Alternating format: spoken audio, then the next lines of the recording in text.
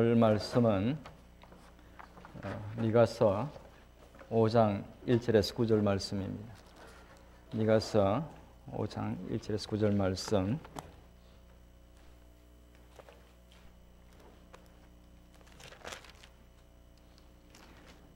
찾으셨으면 한 절씩 번갈아 읽도록 하겠습니다. 제가 먼저 읽겠습니다. 딸 군대여 너는 때를 모을지어다. 그들이 우리를 에워쌌으니 막대기로 이스라엘 재판자의 뺨을 치리로다.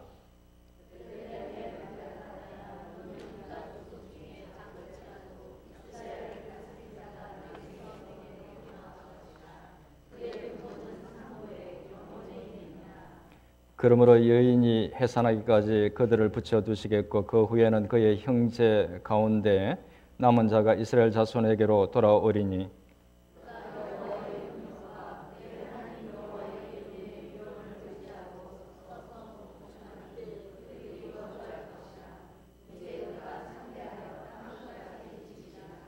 이 사람은 평강이 될 것이라. 아수르 사람이 우리 땅에 들어와서 우리 궁들을 밟을 때에는 우리가 7 목자와 8 군왕을 일으켜 그를 치리니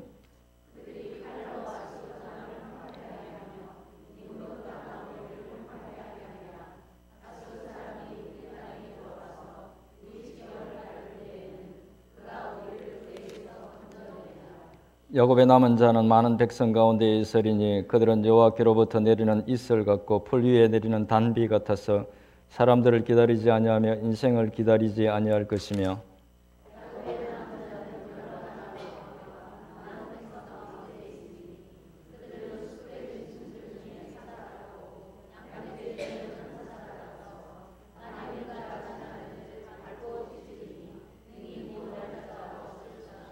같이 읽겠습니다.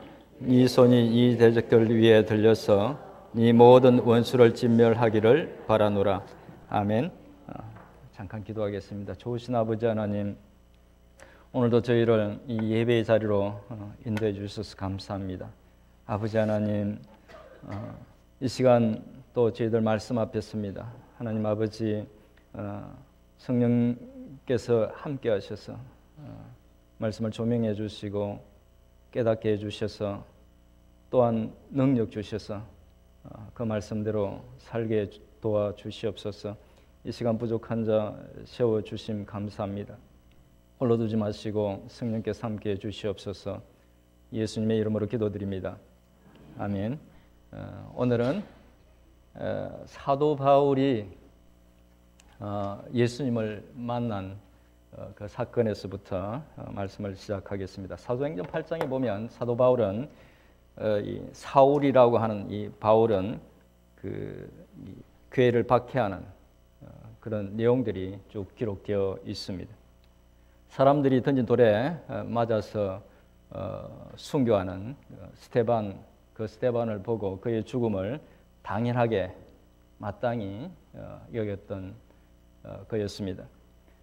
그는 예루살렘에 있는 큰 교회를 이렇게 아주 크게 박해하는 것으로 만족하지 않고 그 흩어졌던 사람들, 그들 뒤를 쫓아가면서 계속해서 박해를 했습니다. 물론 그 일로 복음은 예수님께서 말씀하신 것처럼 예루살렘을 넘어서 온 유대와 사마리아와 땅 끝까지 이렇게 향해서 퍼져가게 되었습니다만 신자들은 그 일로 굉장한 그런 큰 두려움 속에 살게 되었죠. 이렇게 이제 예루살렘 교회를 박해하는 것으로 만족하지 않고 이 살기 등등해서 흩어진 주의 제자들을 뒤쫓아서 이렇게 다메섹까지 가죠. 그 도중에 그는 빛 가운데 자신에게 나타나신 예수 그리스도를 만나게 됩니다. 사울은 그 일로 눈이 멀게 되죠. 그래서 누님은 그를 아나니아라는 제자를 시켜서 눈을 고쳐 줍니다. 그래서 그렇게 주님을 극적으로 만난 사도 바울은 사도행전 9장 20절에 보면 회복된 즉시로 신자들을 잡으러 갔던 그곳 다메섹의 해당에 들어가서 놀랍게도 예수가 하나님의 아들이심을 전파했다고 기록하고 있습니다. 여기서 우리가 의문을 가질 수 있는 것은 어떻게 예수에 대해서 잘 모르던 사람이 그냥 그를 믿는 사람들을 잡아서 옥에 가두고 또 그렇게 박해하기 위해서 쫓아가던 사람이 한순간, 그 짧은 순간에 예수 그리스도를 만나고 돌아서서 바로 그가 하나님의 아들이라고 증거할 수 있었을까요? 우리가 이제 그 일반적인 경우라면 그렇게 극적으로 예수 그리스도를 만났다면 예수님이 특별한 존재구나, 그런 것을 다른 사람들에게 간증은 할 수 있겠죠. 하지만 그 예수님이 하나님의 아들이라는 것을 설명하기는 쉽지 않았을 것입니다. 그런데 그는 즉시로 예수님이 하나님의 아들이라고 증거했다는 것입니다. 예수님이 하나님의 아들이라는 것을 설명할 수 있었다는 것이죠. 그리고 이후 사울은 헬라 전역으로 그 사역이 확대되면서 이전에 갖고 있는 그 히브리식 이름 사울에서 이제 헬라식 이름 바울로 이름을 바꾸고 짧은 시간에 사도들보다 더 깊이 복음을 깨닫고 전하는 복음 전파의 아주 핵심적인 그런 인물이 됩니다. 대개 바울이 그렇게 했다고 하니까 그런가 보다, 그런 것 같아, 그렇게 생각을 하는데, 바울이 예수님을 만난 즉시로 예수님이 하나님의 아들이라는 것을 전할 수 있었던 데에는 이유가 있습니다. 사실 바울은 당시 가장 유명한 가말리엘이라는 율법학자의 제자였습니다. 가말리엘의 제자였다는 것은 요즘 시대로 말하면 가장 유명한 신학자의 제자로 구약 성경에 대해서 거의 모르는 것이 없는 그런 사람이라는 것입니다. 당시 초등학교에 해당되는 그 회당 교육이 있었는데, 회당에서 애들을 마치 우리 서당에서 가르치듯이 가르쳤는데, 그 회당 교육을 마친 애들은 구약에 나오는 구약의 모세 오경을 거의 외울 정도로, 그 정도로 구약에 대해서 많이 알고 있었다고 합니다. 이제 바울은 그렇게 보면 바울은 아마 거의 구약 성경을 다 외우고 있을 뿐만 아니라 구약에 대해서 해박한 지식이 있었다고 볼 수 있죠. 그래서 그는 회심 직후 바로 예수님이 하나님의 아들이라고 증거할 수 있었던 것입니다. 비유적으로 말씀드리면 이 전등을 모든 전기선으로 이렇게 연결을 해놓고 스위치를 올린 것과 같습니다. 스위치를 올리는 순간에 모든 전등의 빛이 다 들어오죠.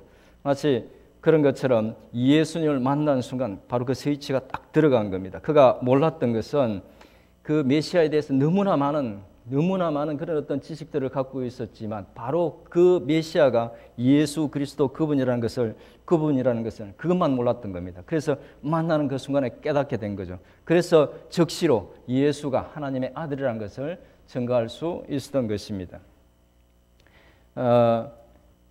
오늘 말씀도 바로 사도 바울이 예수님이 그리스도임을 깨닫게 한 중요한 그런 어떤 예언의 말씀 중에 하나입니다. 이 말씀은 바울이 복음을 전하기 전 약 800여 년 전에 기록한 예언입니다. 놀랍게도 오실 메시아에 대한 이 예언의 말씀은 신약 복음서에서 기록하고 있는 그 예수님의 탄생에 관한 것, 또 그의 행적, 이런 것들과 정확하게 일치하고 있다는 것을 알 수 있습니다. 오늘 말씀 속에서 예언하고 있는 오실 메시아가 어떤 모습인지, 그리고 하나님의 백성들은 그 메시아와 함께 어떻게 회복될 것인지를 살펴보도록 하겠습니다.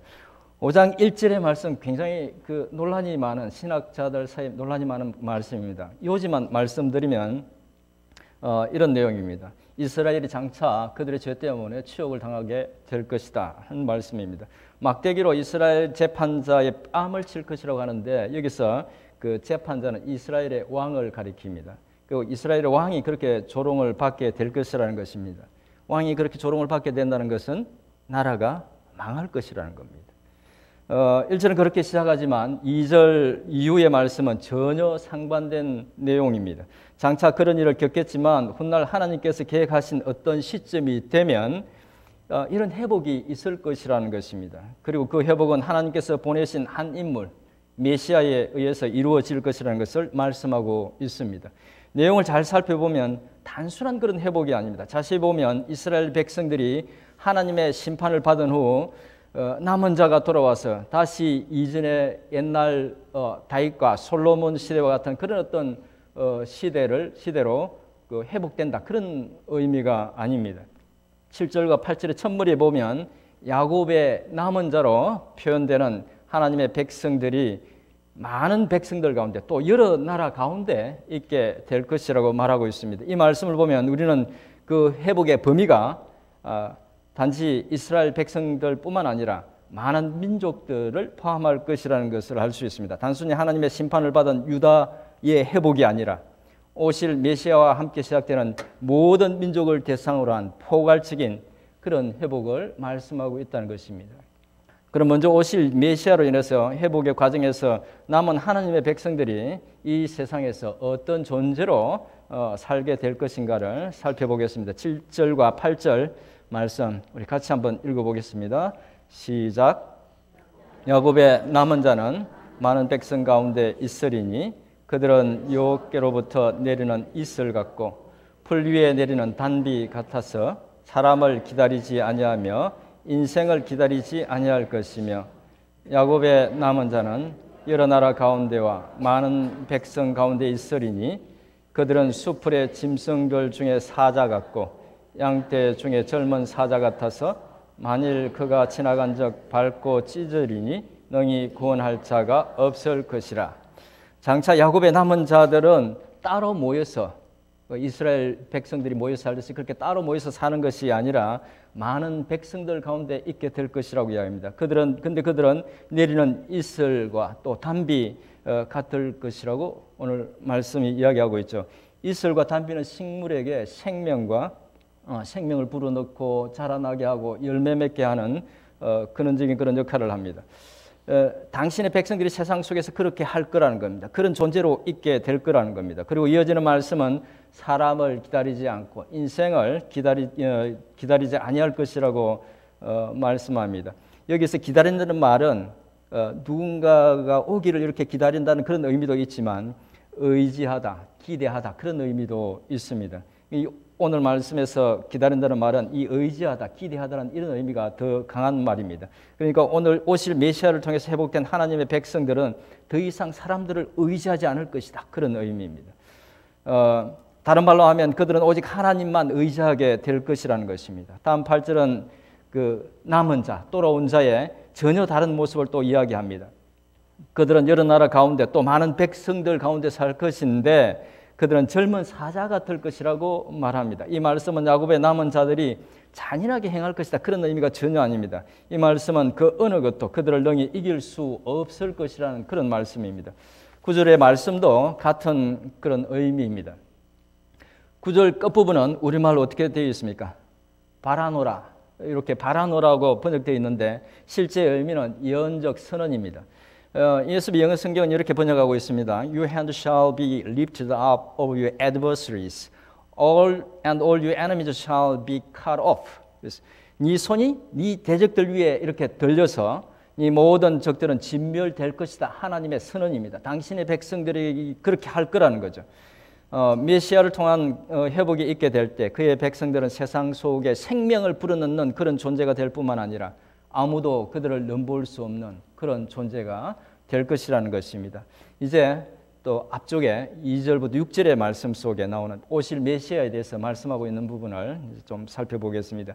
2절에서 메시아가 베들레헴 에브라다에서 나오실 것이라고 말씀하고 있죠. 이 이스라엘에는 베들레헴이 두 곳이 있습니다. 근데 베들레헴 에브라다라고 지칭한 것은 정확히 어디라고 지칭한 거죠? 바로 이 베들레헴 에브라다는 제가 PPT를 준비했는데 예루살렘 바로 옆에 있는 곳입니다. 예루살렘 바로 옆에 있는 이 베들레헴에서 메시아가 오실 것이라는 거죠.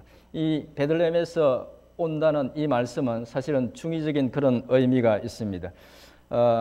당연히 이제 오실 메시아가 나실 곳이 어디라는 겁니까? 베들레헴이라는 그런 의미도 되겠죠. 근데 이 의미 속에는 또 다른 의미가 있습니다. 다윗과의 약속의 성취라는 그런 의미도 들어 있습니다. 여러분 기억하실지 모르겠지만 루키에 보면 다윗 자손 다윗의 조상들이 있잖아요. 다윗의 조상들, 그 조상들이 살던 곳입니다. 룻이 보아스를 만나서 오벳을 낳고 오벳은 다윗의 아버지 이새를 낳은 곳, 바로 그것이 베들레헴입니다. 그래서 이 베들레헴에서 메시아가 나실 거라는 거죠. 다시 말씀드리면 그 베들레헴, 다윗의 조상들이 살던 그곳에서 하나님께서 다윗에게 약속하셨던 그 메시아가 나실 거라는 그런 말씀인 것입니다. 이 예언의 말씀은 하나님께서 다윗에게 사무엘 7장 12절에서 16절에서 나오는 그 다윗에게 한 언약과 관련이 있습니다. 하나님께서 다윗에게 한 약속인데요. 우리 사무엘하 7장 12절부터 16절의 내용을 같이 한번 읽어 보도록 하겠습니다. 시작. 소환이 차서 네 조상들과 함께 누울 때에 내가 네 몸에서 네 씨를 네 뒤에 세워 그의 나라를 견고하게 하리라. 그는 내 이름을 위하여 집을 건축할 것이요 나는 그의 나라 왕위를 영원히 견고하게 하리라. 나는 그에게 아버지가 되고 그는 내게 아들이 되리니 그가 만일 죄를 범하면 내가 사람의 매와 인생의 채찍으로 징계하려니와 내가 네 앞에서 물러나게 한 사울에게서 내 은총을 빼앗은 것처럼 그에게서 빼앗지 아니하리라. 네 집과 네 나라가 내 앞에서 영원히 보존되고 네 왕위가 영원히 견고하리라 하셨다 하라. 아멘. 이 말씀을 보면 다윗 왕가의 왕위를 하나님께서 영원히 견고케 하리라고 말씀하십니다. 어떤 사람을 다윗의 혈통에서 나게 해서 그로 하여금 영원히 왕위를 유지해 갈 수 있도록 하겠다고 하나님께서 약속하신 것이죠. 그런데 이 말씀은 단순히 사람인 왕에게 적용될 수 없습니다. 왜냐하면 인간은 결코 영원한 존재가 아니죠. 하나님의 약속이 성취되기 위해서는 하나님께서 주실 그가 다윗의 혈통에서 태어나야 하지만 또한 영원히 왕위를 이어갈 수 있는 그런 영원한 존재이어야 하는 것입니다. 그런 존재를 하나님께서 장차 보내주실 것이라고 다윗에게 약속하셨던 것입니다. 정리하면 베들레헴에서 이스라엘을 다스리는 자가 태어난다는 것은 오실 메시아가 정확히 어디서 태어났을 것인지를 말해주는 그런 예언일 뿐만 아니라 다윗에게 하셨던 하나님의 약속의 성취라는 것입니다. 이 예언은 그대로 예수님 안에서 성취됩니다. 우리 마태복음 2장 1절 말씀 같이 한번 읽어보죠. 마태복음 2장 1절 말씀입니다. 시작. 헤롯 왕 때에 예수께서 유대 베들레헴에서 나심에 동방으로부터 아멘. 예수님이 어디서 나셨다고 말씀합니까? 베들레헴에서 나셨다고 말합니다. 그러니까 미가 선지자가 700년 이상 전에 예언했던 그 말씀이 그대로 성취되고 있죠. 마태복음 1장과 누가복음 3장에 보면 예수님의 족보가 나옵니다. 그 족보에 쭉 보면 결국 예수님은 누구의 후손이라고 말하고 있습니까? 다윗의 후손이라고 말하고 있습니다. 이런 기록들을 통해서 우리는 미가의 말씀이 정확히 성취되었다는 것을 알 수가 있죠. 또 이 말씀을 통해서 우리가 다시 한번 깨닫게 되는 것은 하나님은 참 약속에 신실하신 분이다. 그 약속에 신실하신 분이다라는 것을 알 수 있습니다. 2절 후반부는 이제 그렇게 오실 메시아는 그 근본이 상고에 영혼에 있다고 말씀합니다. 유한한 인간이 아니라 무한한 어떤 신적인 존재, 즉 하나님과 같은 신적 속성을 가진 그런 존재라는 것입니다. 이 말씀은 오신 메시아에 대한 사도 요한의 어떤 증언과 정확하게 또 일치하는 부분입니다. 사도 요한은 요한복음 1장 1절에서 3절에서 오신 그 메시아 예수 그리스도에 대해서 이렇게 말씀합니다. 우리 같이 한번 읽어볼까요? 제가 요한복음 맞죠? 자, 같이 읽어보겠습니다. 시작. 태초에 말씀이 계시니라. 이 말씀이 하나님과 함께 계셨으니 이 말씀은 곧 하나님이시라. 그가 태초에 하나님과 함께 계셨고 만물이 그로 말미암아 지은 바 되었으니 지은 것이 하나도 그가 없이 된 것이 없느니라. 아멘. 사도 요한의 말은 자신이 지켜본 바로 그 예수가 태초에 하나님과 계셨던 로고스라는 겁니다. 그리고 하나님과 함께 천지를 창조하신 그 하나님이더라는 겁니다. 이어서 3절의 말씀은 이스라엘이 곧 해산하는 여인처럼 어려움을 겪게 되겠지만, 이 말씀은 그 해산과 같은 그런 심판의 어려움, 고통을 겪게 되겠지만 그 후에는 남은 자들은 이스라엘 자손에게로 돌아오리라는 말씀입니다. 4절은 장차 올 메시아가 그렇게 돌아온 이스라엘 백성들을 어떻게 돌보실지를 말씀하고 있습니다. 그는 여호와의 능력과 그의 하나님 여호와의 이름의 위엄을 의지하고 서서 목축하니 그러니까 목자처럼 양을 돌보다는 그런 의미죠. 목축하니 그들이 거주할 것이라. 이제 그가 창대하여 땅끝까지 미치리라고 말씀합니다. 여기서 거주한다는 말은 영어 번역을 보면 they shall dwell secure라는 표현을 쓰고 있습니다. 즉 목자가 양을 돌볼 것이기 때문에 우리말로는 그냥 거주할 것이라고 말하지만 안전하게 거주할 것이라고 말씀하고 있습니다. 오신 메시아 예수님은 요한복음 10장에서 당신의 자신을 가리켜서 뭐라고 이야기합니까? 양을 위해서 목숨까지 이렇게 아끼지 않는 선한 목자라고 말씀하십니다. 그리고 과연 하나님의 그 능력을 힘입어서 귀신을 쫓아내고 병든 자들을 치료하고 죽은 자를 살려내면서 당신의 백성들을 정말 선한 목자로서 돌보신다는 것을 보여주십니다. 그리고 4장 후반절의 말씀처럼 그의 복음은 온 세상으로 점점 퍼져가면서 그가 창대하여 땅끝으로 나아가고 있다는 것을 보게 됩니다. 5절을 보면 또 오실 메시아는 평강이 될 것이라고 말씀하고 있죠. 누가복음 2장 14절에서 태어나신 예수님을 향해서 천사들이 이렇게 찬양하죠. 우리 같이 한번 읽어볼까요? 시작. 땅에서는 하나님이 기뻐하신 사람들 중에 평화로다 하니라. 아멘.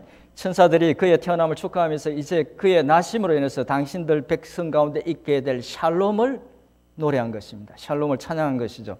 5절 후반절부터 6절까지는 그 메시아가 어떻게 당신의 백성들을 지키실지를 이렇게 묘사하고 있습니다. 여기 언급된 아수르는 단순히 당시에 이스라엘을 괴롭히던 그 아수르뿐만 아니라 세상적인 모든 어떤 적대적인 세력들 또 마귀의 어떤 그런 세력들을 통칭하는 그런 표현입니다. 그런 적들이 당신의 백성들을 괴롭힐 때 오실 메시아는 그 적들로부터 그들을 지켜주신다고 말씀하고 있습니다. 이 예언은 여러 가지 다양한 형태로 성취되고 있는데 무엇보다 주님은 우리의 죄 때문에 십자가에서 죽으셨지만 그러나 죽음에 갇혀 있지 않고 그 죽음의 권세를 깨뜨리고 부활하심으로 당신께서 그런 능력이 있는 주님이라는 것을 증명하셨죠. 그래서 죽음까지 이길 수 있는 그 주님이시라면 우리를 그 모든 어떤 세력으로부터 그 모든 악한 것들로부터 지키시지 못할 이유가 없는 것이죠. 오실 메시아에 대한 미가의 예언을 이렇게 정리하면 이렇습니다. 하나님께서 미가 선지자를 통해서 장차 이스라엘의 죄로 말미암아 심판이 있겠지만 그 심판이 끝난 후 어느 시점이 되면 당신께서 계획하신 대로 메시아를 보내서 이스라엘의 남은 자로 표현되는 당신의 백성들을 온전하게 회복하실 것이라는 것입니다. 그는 장차 예루살렘 가까운 곳에 있는 베들레헴 에브라다에서 태어날 것이고 그는 하나님과 본질상 같은 분으로 장차 당신의 백성들의 선한 목자가 당신의 백성들을 선한 목자가 이렇게 돌보듯이 돌보실 것이고 모든 적들로부터 그들을 지키실 것이며 그들에게 평강을 주실 분이라는 겁니다. 미가의 이 예언과 함께 신약을 보고 있는 우리가 깨닫게 되는 것은 미가의 그 예언한 그 오실 메시아가 바로 예수 그리스도 그분이더라는 것입니다.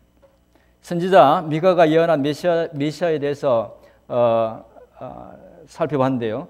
사실 미가뿐만 아니라 많은 선지자들이 오실 메시아에 대해서 많은 예언들을 했습니다. 그중에서 특별히 주목해 볼 예언은 동시대를 살았던 이사야 선지자가 했던 예언입니다. 그는 오실 메시아에 대해서 여러 군데서 구체적으로 예언하고 있는데 그중에서 가장 특별한 부분은 잘 알려진 이사야서 53장입니다.